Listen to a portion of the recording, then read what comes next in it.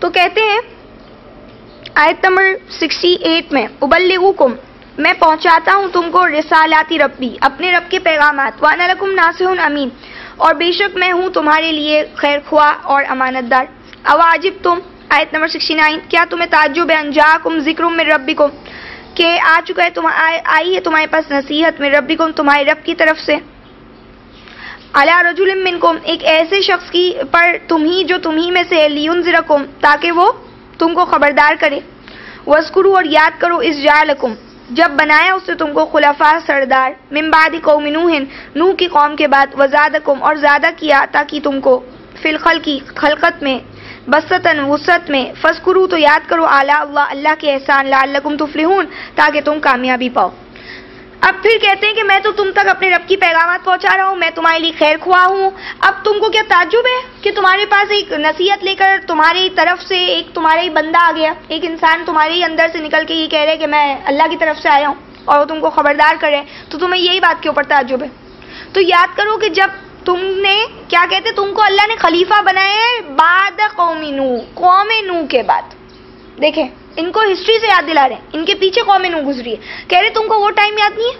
وہ نوح علیہ السلام بھی تو ایک عام سے ہی بندے تھے، وہ بھی ان کے پاس جب آئے لوگوں کے پاس، انہوں نے نہیں مانا، تو تم کو اس بات پہ تعجب ہو رہا ہے، تو تم کو تو یہ سوچنا چاہیے کہ اللہ کا شکر ادا کرنا چاہیے، اللہ نے تم کو خلیفہ بنایا۔ آپ نے اینڈنگ پڑھی تھی سورہ انعام کی، کیا اینڈنگ پڑھی؟ وَهُوَ الَّذِي جَعَلَكُمْ خَلَائِفَ الْأَرْضِ، لاسٹ آیت سورہ انعام کی، وہ ذات جس نے تم کو خلیفہ بنایا زمین، اور تمہارے میں سے بعض کو بعض پر درجات میں فضیلت دی ہے، بلندی دی ہے، تاکہ تم کو آزمائے اس میں جو تمہیں دی ہے۔ تو آج مجھے اور آپ کو اللہ نے پاکستان کے اندر خلیفہ بنایا، ہمیں جگہ دی، میں اور آپ کیا کر رہے ہیں اس کو دیکھیں۔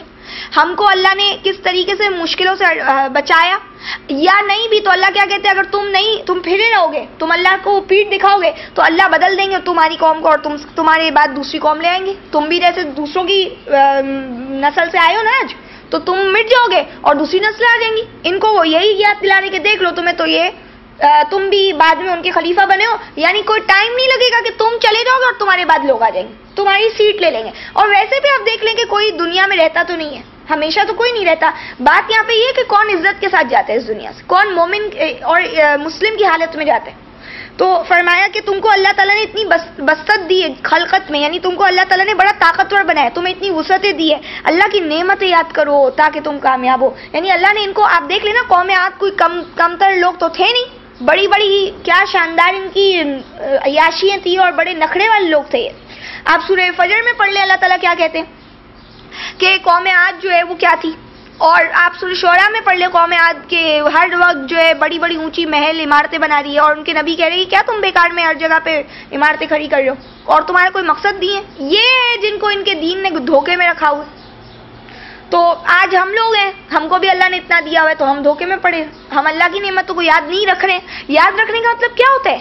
اللہ کے احسان کو یاد کر کے کچھ شرم کرو، کچھ ندامت کرو، سوچو کہ اللہ نے اتنا دیا ہے تو اب کیا کرنا ہے اللہ کے لیے۔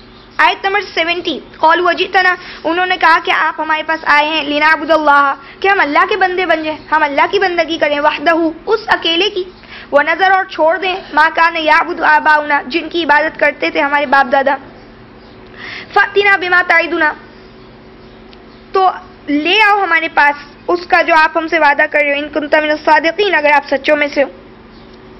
اب کہتے ہیں آپ کیا چاہتے ہیں؟ ہم بس ایک اللہ کے بندے بن جائیں، ایک اللہ کی عبادت کریں، چھوڑ دیں جس کی بھی ہمارے باپ دادا عبادت کرتے چلے ہیں۔ آپ لوگ کیسی بات کرتے ہیں؟ ہم کیا سارے رسم رواج چھوڑ دیں؟ آپ نے آج یہ بات بولی اور ہم مان جائیں، ایسا تھوڑی ہو سکتا ہے، ہم کوئی بیوقوف تھوڑی ہیں۔ تو وہ یہی باپ دادا آ جاتے ہیں، یا یہ کہ ایک اللہ کو صرف کیسے مانیں، ایک اللہ بس، تو ایک اللہ کے علاوہ لوگوں کو چاہیے نا کچھ اور، ایک کتاب نہیں، ان کو سمجھ نہیں آتی ایک کتاب کے اوپر کیسے چلے۔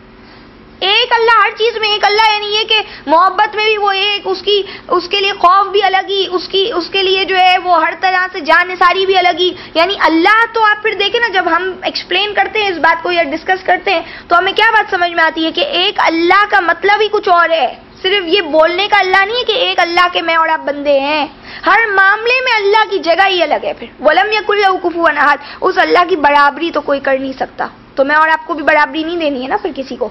تو یہاں پہ پوائنٹ یہی ہے کہ یہ کیسے کر لیں، وہ کہہ رہے ہیں ہم یہ کیسے کر لیں، آپ ایسا کریں لے آئے جس کا آپ ہم سے وعدہ کرتے اگر آپ سچے۔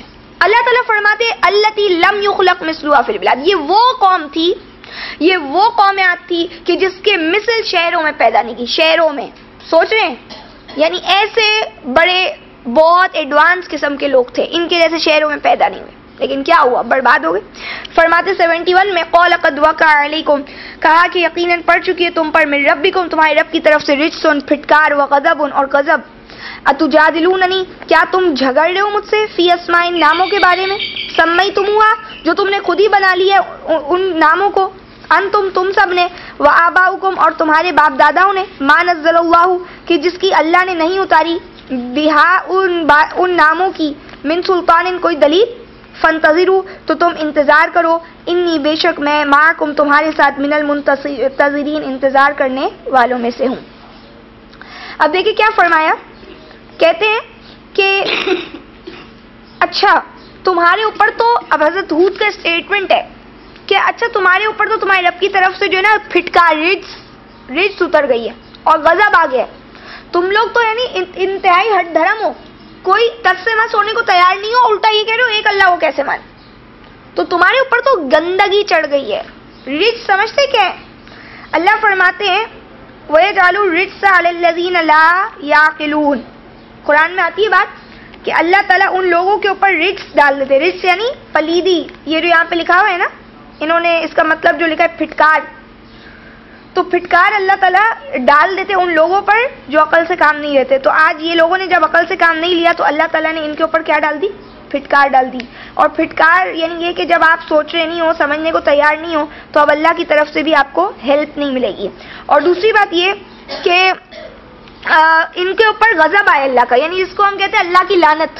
جیسے آپ نے پڑھا کہ جن کو اللہ نے خنزیر بندہ بنا دیا اور وہ شیطان کے بندے بن گئے، تو جب بندہ اتنا زیادہ گمراہی میں چلا جاتا ہے تو وہ اللہ کے غضب کا شکار ہوتا ہے پھر، کیونکہ وہ کسی صورت ماننے کو تیار نہیں ہوتا، وہ اپنے دل کے زنگ کو ختم کرنا نہیں چاہ رہا ہوتا. اور پھر انہوں نے یہ کہا کہ دیکھو تم سوچ نہیں رہے کہ تم نے کچھ نام بنا لیے، تم ناموں کو پوچھ رہے ہو. آج آپ مجھے بتائیے جو بھی شرک ہوتا ہے وہ ناموں پہ ہی تو ہو رہا ہے، چاہے حضرت عیسیٰ سے لے لیں آپ، یہ پنجتن پاک تک لے لیں، جو ہمارے یہاں پنجتن پاک بولے جاتے ہیں، کوئی بھی نام، سارے نام ہی ہے، ان کی کوئی بھی پرسنالٹی موجود نہیں، کوئی بھی انسان موجود نہیں ہے، صرف نام ہے جن کی پوجا ہو رہی ہے. یہ جو بت ہے وہ کیا ہے؟ ان کی کوئی خود ہے؟ ان کی کوئی ایگزسٹنس ہے؟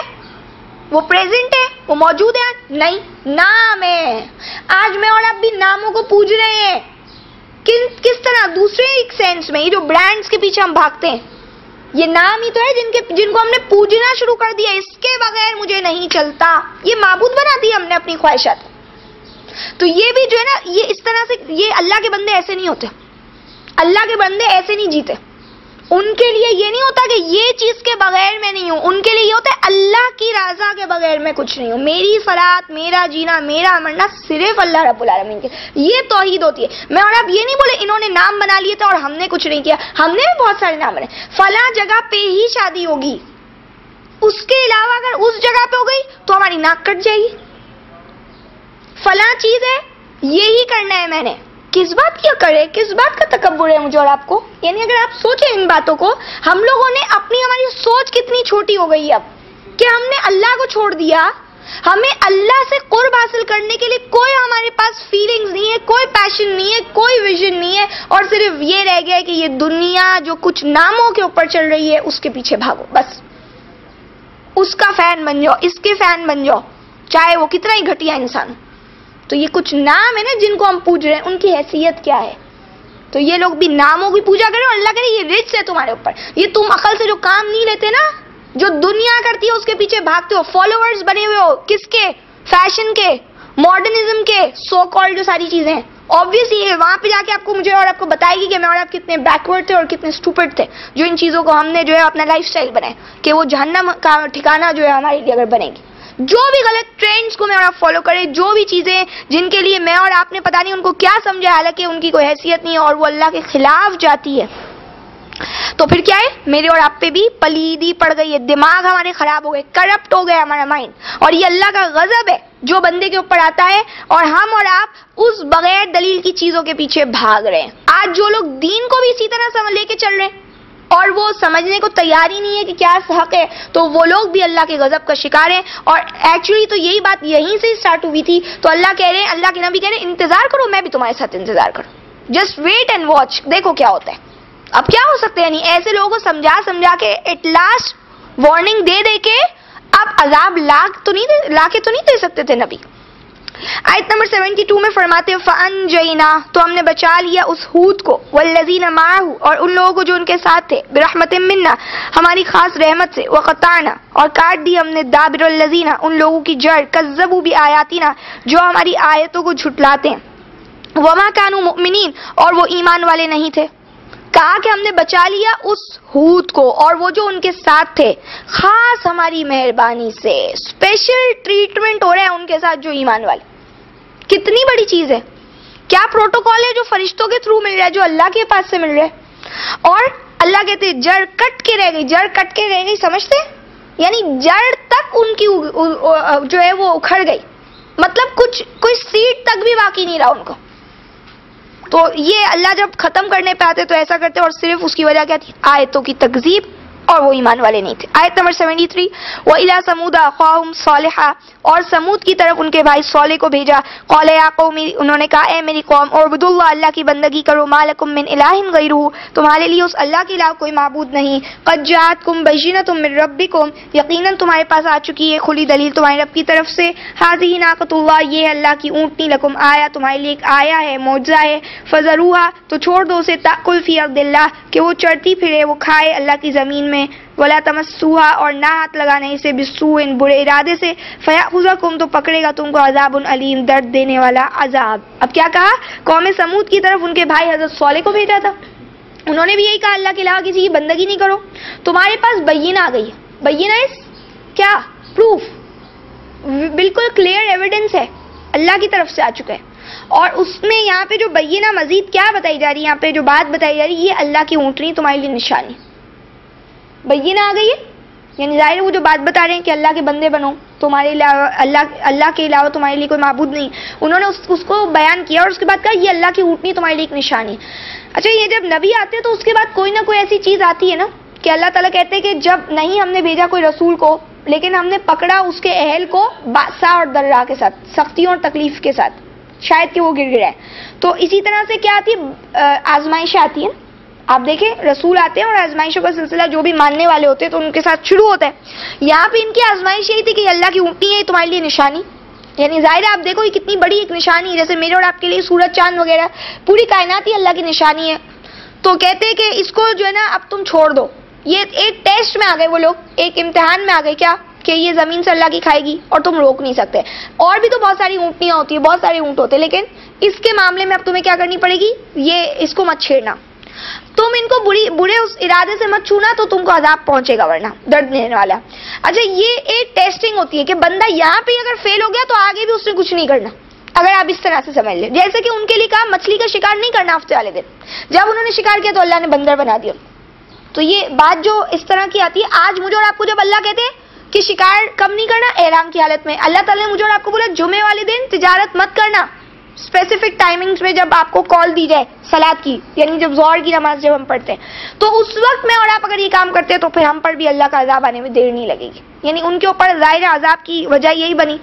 آپ سورہ شمس پڑھیں گے، اس کے اینڈنگ میں جو اما پارے کی اگر کوئی صورت یاد ہو کسی کو تو اس کے اینڈنگ میں بھی یہی بات بتائی گئی کہ انہوں نے کیا کیا، فاق پروہا، انہوں نے اس کی کونچے کاٹ ڈالی، اٹھ کھڑا ہوا ایک بدبخت اس قوم کا، اور ایٹ لاسٹ انہوں نے اس کے پاؤں کاٹ ڈالے، اور پھر وہ اللہ کہتے ہیں ان کے اوپر اللہ کا عذاب آیا.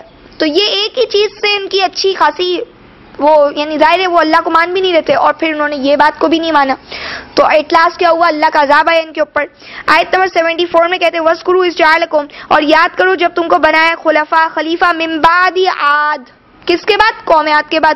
بواکم، اور آباد کیا تم کو، فی الارض، زمین میں، تتخذون، کہ تم بناتے ہو، من سہولیا، ان کے ہموار میدان سے، قصورا، محلات، وتنحتون الجبال، اور تم تراشتے ہو پہاڑوں کو، بیوتن، گھروں کی شکل میں.